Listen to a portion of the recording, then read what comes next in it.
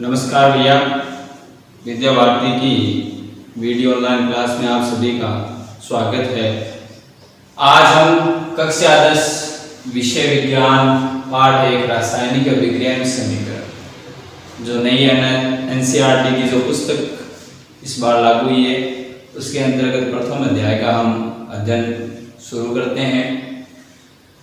पहला पाठ है रासायनिक अभिक्रियाएं एवं समीकरण, जिसके अंतर्गत रासायनिक अभिक्रिया, पाठ का नाम है रासायनिक अभिक्रिया एवं समीकरण। तो पहले हम रासायनिक अभिक्रिया क्या होती है, रासायनिक समीकरण किसे कहते हैं, इनकी परिभाषा पढ़ेंगे। फिर हम रासायनिक अभिक्रियाओं के विभिन्न प्रकारों के समीकरण को लिखने के तरीके के बारे में अध्ययन करेंगे। तो सबसे पहले हम पढ़ते हैं कि रासायनिक अभिक्रिया क्या होती है। हम अपने दैनिक जीवन में कई प्रकार की रासायनिक अभिक्रियाएं हम रोजाना देखते हैं, वो कुछ गौर करते हैं, कुछ नहीं करते हैं, वो अलग बात है। जैसे आपने देखा होगा कि जो दूध है गर्मी में रखने पर फट जाता है, दूध से दही बन जाता है, सब्जियां होती हैं वो बड़ी बड़ी खराब हो जाती है, फल जो कच्चे होते हैं गर्मी में रखने पर वो पक जाते हैं। इसके अलावा अनेक उदाहरण, जैसे लोहे पर जंग लगना है, भोजन का पकना है, हमारे शरीर में भोजन का पाचन होता है, हमारे शरीर में जो श्वसन क्रिया होती है, ये जितने भी उदाहरण हैं अपने दैनिक जीवन में जो हम देखते हैं वो सारे रासायनिक अभिक्रियाओं के उदाहरण हैं। तो इन चीजों के आधार पर हम रासायनिक अभिक्रिया किसे कह सकते हैं।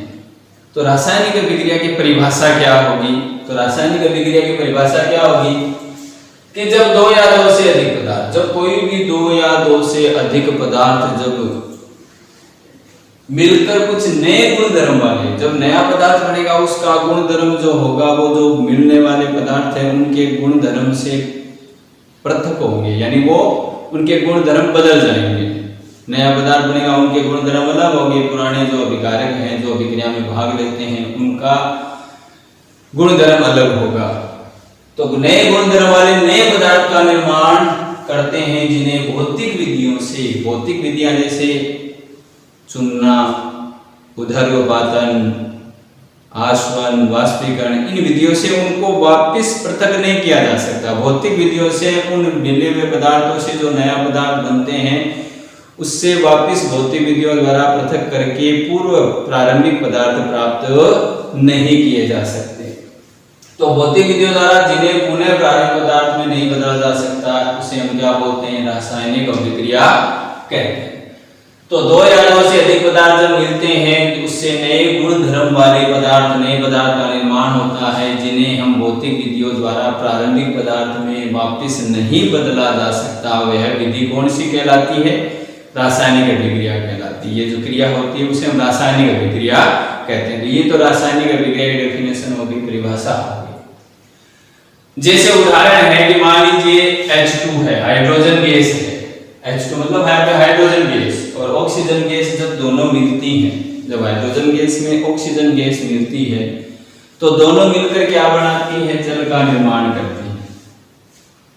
तो हाइड्रोजन गैस जब ऑक्सीजन गैस से मिलती है तो जल का निर्माण करती है। जल से वापस हम हाइड्रोजन ऑक्सीजन गैस है वो भौतिक विधि से अलग नहीं कर सकते। तो हाइड्रोजन गैस और ऑक्सीजन के मिलने से क्या बनता है, जल का निर्माण होता है। अब ये जो समीकरण है, समीकरणों को संतुलित करना भी बहुत जरूरी होता है, अन्यथा द्रव्यमान संरक्षण के नियम का उल्लंघन हो जाता है कि अभिक्रिया में भाग लेने वाले अभिकारकों का कुल द्रव्यमान और अभिक्रिया के दौरान बनने वाले कुल पदार्थों का द्रव्यमान हमेशा क्या होना चाहिए, समान होना चाहिए, जिसे हम द्रव्यमान संरक्षण का नियम कहते हैं। और उस नियम का पालन करने के लिए हमें समीकरण को संतुलित भी करना पड़ता है। तो इधर हाइड्रोजन 2 है, इधर हाइड्रोजन 2 है, बराबर है, इधर ऑक्सीजन 2 है, इधर 1। तो इधर 2 करने के लिए हम पूरे रासायनिक सूत्र को 2 से क्या कर देंगे, गुणा कर देंगे, जिससे ऑक्सीजन की संख्या कितनी हो गई, 2। ऑक्सीजन इधर भी 2 हो गए, इधर भी 2 हो गए, लेकिन हाइड्रोजन अब इधर 4 हो गए। तो इधर 2 को 4 करने के लिए इसे वापस 2 से गुणा करना पड़ेगा। अब पूरी समीकरण संतुलित हो गई। तो जो संतुलित समीकरण कहते हैं इसे, तो जो असंतुलित समीकरण होती है जिसमें हाइड्रोजन या जो भी अभिकारक और उत्पाद होते हैं उनमें जो द्रव्यमान है दोनों का अभिकारक और उत्पाद का द्रव्यमान समान नहीं होता, तो ऐसे समीकरण को ढांचा समीकरण या कंकाली रासायनिक समीकरण कहते हैं। संतुलित रासायनिक समीकरण को ढांचा समीकरण या कंकाली रासायनिक समीकरण कहते हैं। तो इसलिए समीकरण को संतुलित करना जरूरी है, वरना द्रव्यमान संरक्षण के नियम का पालन नहीं होता। तो द्रव्य कोई पूछ ले आपसे कि द्रव्य समीकरण को संतुलित क्यों करते हैं, क्यों किया जाता है, तो सीधा सा उत्तर लिखना है द्रव्यमान संरक्षण के नियम का पालन करने के लिए। दैनिक जीवन में होने वाले रासायनिक अभिक्रिया के उदाहरण मैंने जो अभी आपको बताए थे उनमें से कुछ उदाहरण मैंने यहाँ पे लिखे हुए हैं। कोई बात पूछ लेते हैं कि दैनिक जीवन में होने वाले कुछ रासायनिक अभिक्रियाओं के 2 उदाहरण लिखिए, तो अपने को बहुत सारे उदाहरण होते हैं, कोई भी 2 लिखने होते हैं। दूध का फटना या दही जमना, ये रासायनिक अभिक्रिया का दैनिक जीवन में होने वाले रासायनिक अभिक्रिया उदाहरण। फलों का खराब होना या पकना, लोहे की वस्तुओं पर जंग लगना, भोजन का पकना, भोजन का पाचन, श्वसन क्रिया, ये सारे क्या है दैनिक जीवन में होने रासायनिक अभिक्रियाओं के उदाहरण हैं। अब रासायनिक अभिक्रिया के निर्धारण तो कुछ आवश्यक प्रश्न। आपको कैसे पता चलेगा कि कोई रासायनिक अभिक्रिया हुई है, क्या देखोगे आप जिससे ये पता चले, तो क्या परीक्षण करेंगे, क्या देखेंगे जिसके आधार पर हम कह सकें कि कोई रासायनिक अभिक्रिया हुई। तो क्या परीक्षण हमें दिखाई देते हैं कि अवस्था में परिवर्तन, कोई पदार्थ है मान लीजिए ठोस है वो लिक्विड में बदल गया, लिक्विड है वो गैस में बदल गया, या लिक्विड से ठोस में बदल गया। मतलब अवस्थाएं होती हैं प्रमुख रूप से 3 होती है, ठोस, द्रव और गैस। अगर किसी पदार्थ की अवस्था में परिवर्तन होता है तो उसे हम रासायनिक अभिक्रिया कह सकते हैं कि रासायनिक अभिक्रिया हुई।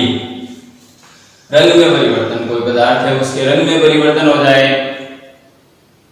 कोई लाल है, लाल से उसका कलर चेंज होकर वो ब्लैक हो जाए, पीला हो जाए, भूरा हो जाए, कोई भी कलर में उसमें अगर हमें परिवर्तन दिखाई देता है तो इसका मतलब उसमें कोई रासायनिक अभिक्रिया हुई। गैस का निकास, कोई गैस निकले, जैसे कोई किसी में से हाइड्रोजन गैस निकल रही है, कोई भी CO2 गैस निकल रही है, ऑक्सीजन निकल रही है, कोई भी गैस का यदि निकास होता है, क्लोरीन गैस हो चाहे, अगर हमें किसी गैस कोई पदार्थ में अभी पड़ा है उसमें से गैस का उत्सर्जन हो रहा है, तो इसका मतलब हम कह सकते हैं इसमें कोई रासायनिक अभिक्रिया हो रही है। तापमान में कोई पदार्थ पड़ा है उसके तापमान में परिवर्तन हो जाए, तापमान बढ़ जाए या घट जाए, तो उसको भी हम क्या कह सकते हैं। मतलब ये विभिन्न प्रकार के परीक्षण हैं जिनको देखकर महसूस करके हम ये कह सकते हैं कि रासायनिक अभिक्रिया हुई है या हो रही है।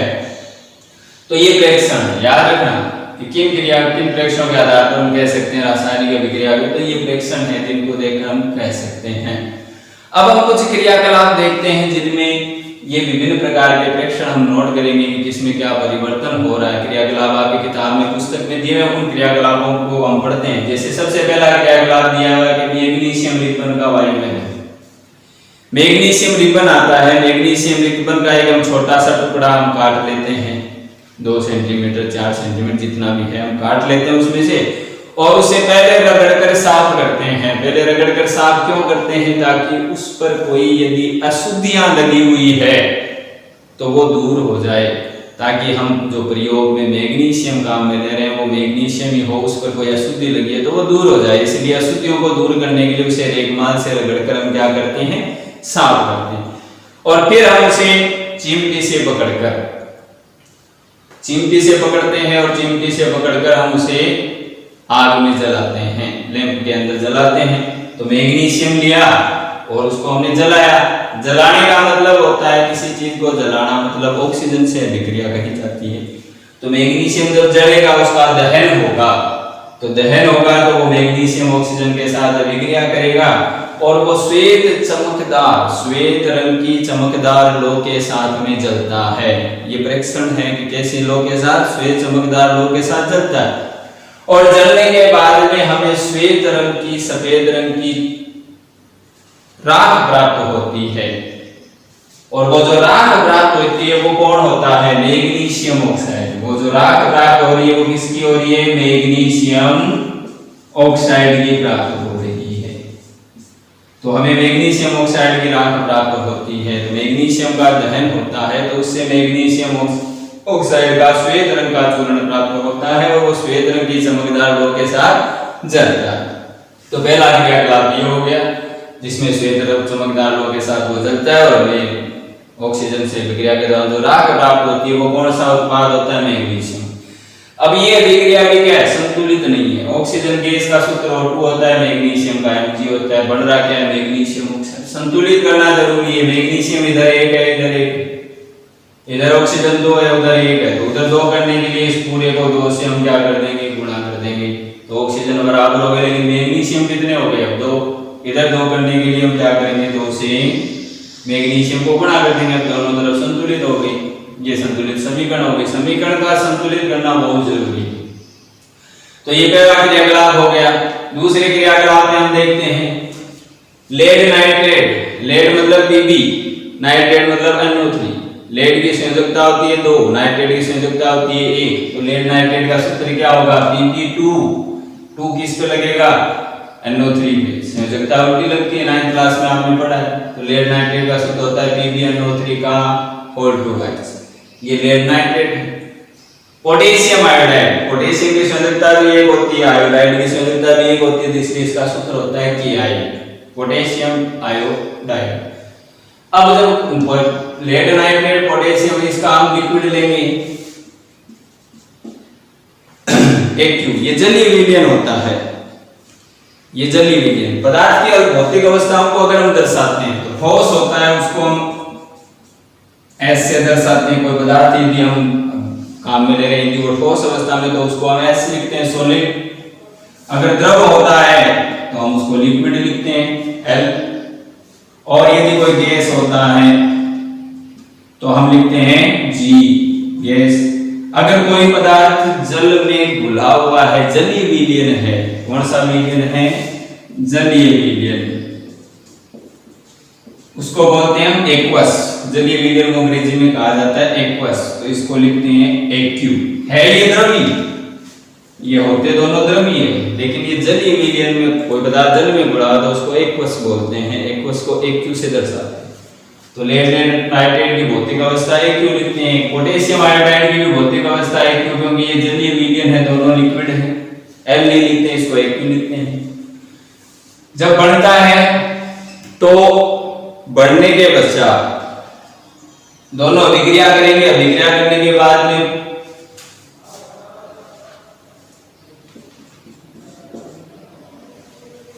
जब लेड नाइट्रेट पोटेशियम आयोडाइड के साथ अभिक्रिया करेगा तो पोटेशियम नाइट्रेट और लेड नाइट्रेट और पोटेशियम आयोडाइड अभिक्रिया करके क्या बनाते हैं? इसमें एक द्विविस्थापन अभिक्रिया होती है। इस पाठ में आगे पढ़ेंगे कि ये द्विविस्थापन अभिक्रिया का उदाहरण है।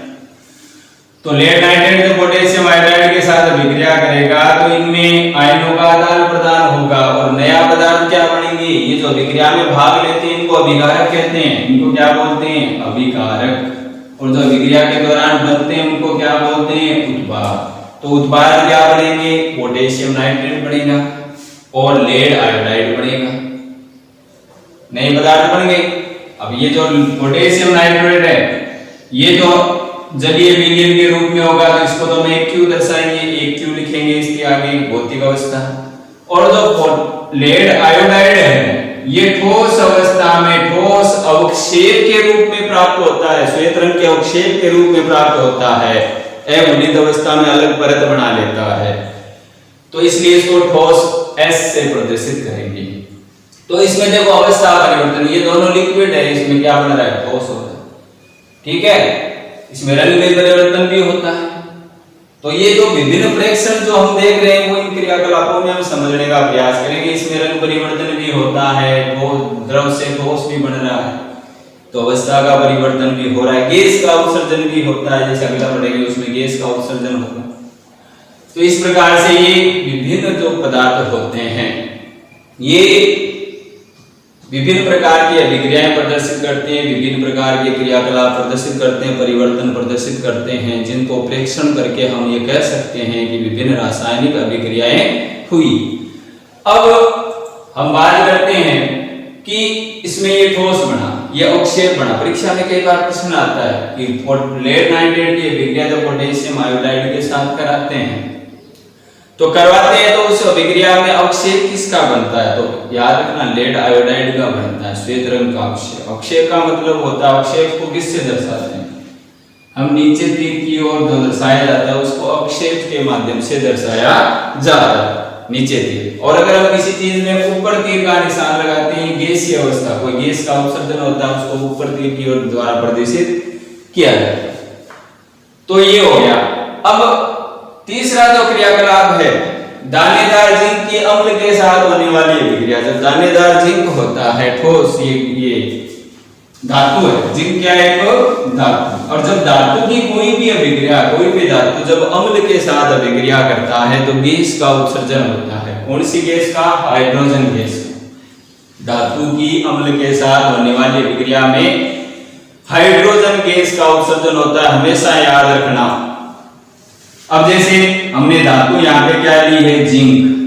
पहले हम इस अभिक्रिया को संतुलित कर लेते हैं। अभी ये संतुलित नहीं हुई, देखो लेड एक है, लेड एक।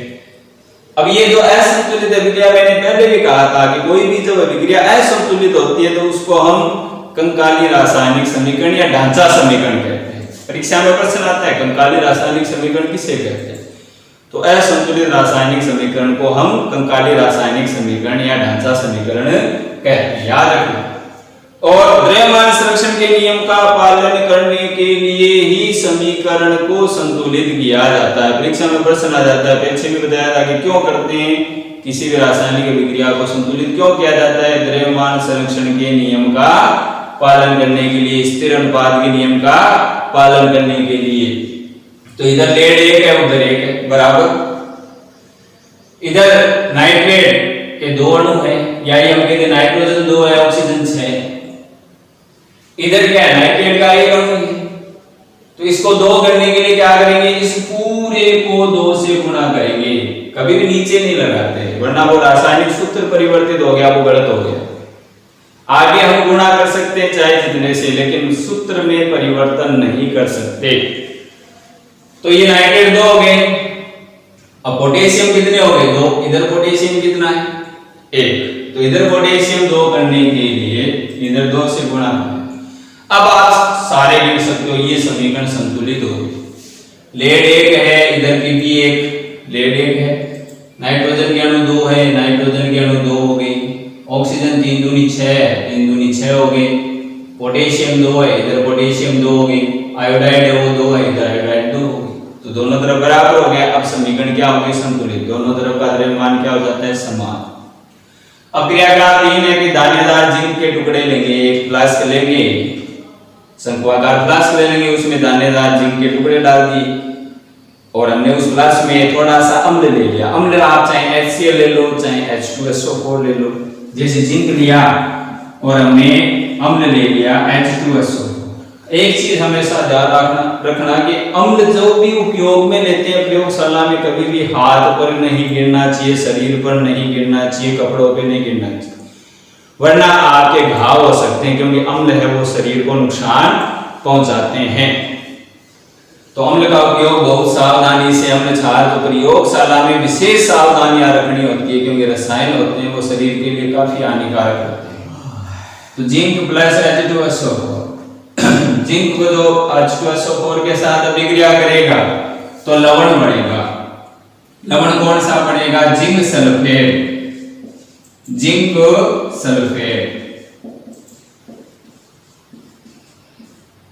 ये सल्फ्यूरिक अम्ल है, हाइड्रोजन सल्फेट। और जब जिंक H2SO4 के साथ अभिक्रिया करेगा तो ये लवण बनेगा जिसका नाम है zinc sulphate. Zinc sulphate plus इसमें एक गैस का उत्सर्जन होगा और वो गैस क्या होगी? H2 gas. मैंने भी आपको बताया कि गैस होती है उसको ऊपर तीर के द्वारा प्रदर्शित करते हैं, अवक्षेप होता है उसको नीचे तीर के द्वारा प्रदर्शित किया जाता है। तो इसमें गैस निकल रही है हाइड्रोजन गैस। हाइड्रोजन गैस का पता कैसे चलता है? जब हाइड्रोजन गैस को हम साबुन के पानी में से प्रवाहित करते हैं तो गैस के बुलबुले हवा में उड़ेंगे। जब उसको हम निकास नली से साबुन के घोल से आप प्रवाहित करेंगे तो जो गैस के बुलबुले जब हवा में उड़ेंगे, उन हवा में उड़ते हुए बुलबुलों के पास जब आप जलती हुई मोमबत्ती या तीली ले जाएंगे तो वो बुलबुले हैं वो पटपट की ध्वनि के साथ फटते हैं। तो इसका मतलब वो गैस हाइड्रोजन है। और यदि वो लो है, वो तेज हो जाती है, तो वो ऑक्सीजन गैस है। अगर वो लो बुझ जाए तो कार्बन डाइऑक्साइड गैस है। तो अलग अलग गैसों के अलग अलग रिएक्शन है कि बुलबुले फटे फटफट के धोने के साथ। तो हाइड्रोजन गैस यदि लो है, उसकी अग्नि तेज हो गई, तो वो कौन सी गैस? Oxygen gas. अगर वो कार्बन डाइऑक्साइड गैस हुई तो वो लो क्या हो जाएगी? बुझ जाएगी। तो हमने क्या रिएक्शन किया कि जो गैस का उत्सर्जन हो रहा है वो कौन सी गैस हो रही है? H2, तो हाइड्रोजन गैस हो रही है। अगर हम जिंक की अभिक्रिया HCl के साथ करवाते हैं, ये भी अम्ल है, ये भी अम्ल है। अगर हम H2SO4 की जगह HCl लेते तो क्या होता? ZnCl, जिंक क्लोराइड बनता। क्या बनता? Zinc chloride. और गैस कौन सी? वही गैस, वही हाइड्रोजन गैस। क्योंकि जब भी धातु होती है कोई भी अम्ल के साथ, धातु अम्ल के साथ अभिक्रिया करती है तो लवण बनता है और H2 गैस का उत्सर्जन होता है। हमेशा ध्यान रखना। तो ये अभिक्रिया ये हो जाएगी, इसमें ZnCl2 लवण बनेगा, हाइड्रोजन गैस बनेगी, इसमें जिंक सल्फेट बना और हाइड्रोजन गैस का उत्सर्जन हुआ। ये ऊपर वाली समीकरण संतुलित है। जिंक एक है, इधर जिंक एक है, सल्फेट एक है, हाइड्रोजन 2 है, हाइड्रोजन 2 है। ऊपर वाली की नीचे वाली है संतुलित, उसको संतुलित करना है। जिंक एक है, इधर भी जिंक के परमाणु एक है, क्लोरीन इधर 2 है, इधर 1 है। इधर 2 करने के लिए इस पूरे को 2 से गुणा करना है। ऐसे नहीं यहाँ पे Cl2 लगा दिया, गलत हो जाएगा। पूरे सूत्र को क्या करना है? 2 से गुणा करना। अब हाइड्रोजन 2 हो गए, हाइड्रोजन 2, इधर भी 2, तो समीकरण क्या हो गई? संतुलित। तो ये हो गए क्रियाकलाप। इन क्रियाकलापों में क्या देखा? गैस का उत्सर्जन होता है। अभी देखो इसमें लिखा गैस का निकास या उत्सर्जन होना, रंग में परिवर्तन, जैसे इस अभिक्रिया में रंग में परिवर्तन भी होता है, और द्रव से ठोस बन गया, अवस्था परिवर्तन भी हो गई, गैस का निकास भी हुआ। और इस अभिक्रिया में या इस दोनों ही अभिक्रिया में जब आप फ्लास्क को देखोगे तो वो गर्म हो जाएगा, तापमान में भी क्या होता है? परिवर्तन। तो इन प्रेक्षणों के द्वारा हमें पता चलता है कि रासायनिक अभिक्रिया हुई है या नहीं हुई है। तो कोई भी अभिक्रिया होती है, अभिक्रिया में जो पदार्थ भाग लेते हैं वो अभिकारक कहलाते हैं, और जो अभिक्रिया होने के बाद में जो पदार्थ बनते हैं वो क्या कहलाते हैं? उत्पाद। और जो बीच में तीर का निशान लगाया जाता है वो हमेशा अभिकारक से उत्पाद की ओर लगाया जाता है, जो अभिक्रिया की दिशा को प्रदर्शित करता है। ठीक है, जो अभिक्रिया की क्या बताता है? दिशा को। और इन पर भौतिक अवस्थाएं प्रदर्शित की जाती है। मैंने बताया भौतिक अवस्थाएं, ठोस के लिए S, द्रव के लिए L, गैस के लिए G, और कोई पदार्थ का जलीय विलयन है तो उसे हम एक्वस, हिंदी में जलीय, अंग्रेजी में जलीय विलयन को एक्वस कहते हैं। तो एक्यूस शब्द का उपयोग किया जाता है। तो इस प्रकार से हम अभिक्रिया को प्रदर्शित करते हैं। तो आज हमने इस पाठ की शुरुआत की है। इस पाठ की शुरुआत हमने की है जिसके अंतर्गत हमने कुछ अभिक्रियाएं भी पढ़ी हैं। ये सारी इंपॉर्टेंट अभिक्रियाएं हैं। अम्ल की धातु के साथ लेड नाइट्रेट वाली की किसका अवक्षेप बढ़ता है, छोटे छोटे प्रश्न इनमें से घुमा फिरा के पूछे जाते हैं। रासायनिक अभिक्रिया किसे कहते हैं, अपने दैनिक जीवन में आने वाले उपयोग हैं या उदाहरण हैं, क्या हम प्रेक्षण करते हैं, किन प्रेक्षणों के आधार पर हम कह सकते हैं कि रासायनिक अभिक्रिया हुई है। और हमने 3 क्रियाकलाप पढ़े, तीनों ही इंपॉर्टेंट है कि इसमें जो मैग्नीशियम ऑक्साइड, जो श्वेत राख चूर्ण बनती है वो क्या होता है, वो मैग्नीशियम ऑक्साइड होता है। कई बार पूछ लेते हैं कि मैग्नीशियम रिबन को साफ क्यों किया जाता है, अशुद्धियां हटाने के लिए, ताकि जो उत्पाद बने, अभिक्रिया होने के बाद जो उत्पाद बने वो क्या बने, एकदम शुद्ध। तो आज हमने पाठ की शुरुआत की है। आगे हम पढ़ेंगे कि रासायनिक समीकरण किसे कहते हैं, रासायनिक समीकरण को संतुलित कैसे किया जाता है। वैसे तो मैंने अभी बताया कि संतुलित कैसे करते हैं, आगे और बताएंगे उदाहरण के माध्यम से कि संतुलित करने का तरीका क्या है। और फिर हम पढ़ेंगे अलग अलग प्रकार की अभिक्रियाओं के प्रकार की अभिक्रियाएं कितने प्रकार की होती है, विस्थापन, द्विविस्थापन, उपचयन, अपचयन, ऑक्सीकरण, ये सारी अभिक्रियाएं हम पढ़ेंगे। तब तक के लिए आप इसका अध्ययन कीजिए। इससे संबंधित जो भी आपको नोट्स भेजे जाते हैं वो रजिस्टर बाजार से खरीदिए, उसमें लिखना शुरू कीजिए, कार्य शुरू कीजिए। तब तक के लिए आप अगले वीडियो के जब अपलोड हो उससे पहले आप इसका अच्छी तरह से अध्ययन कीजिए। तब तक के लिए धन्यवाद। जय हिंद, जय भारत।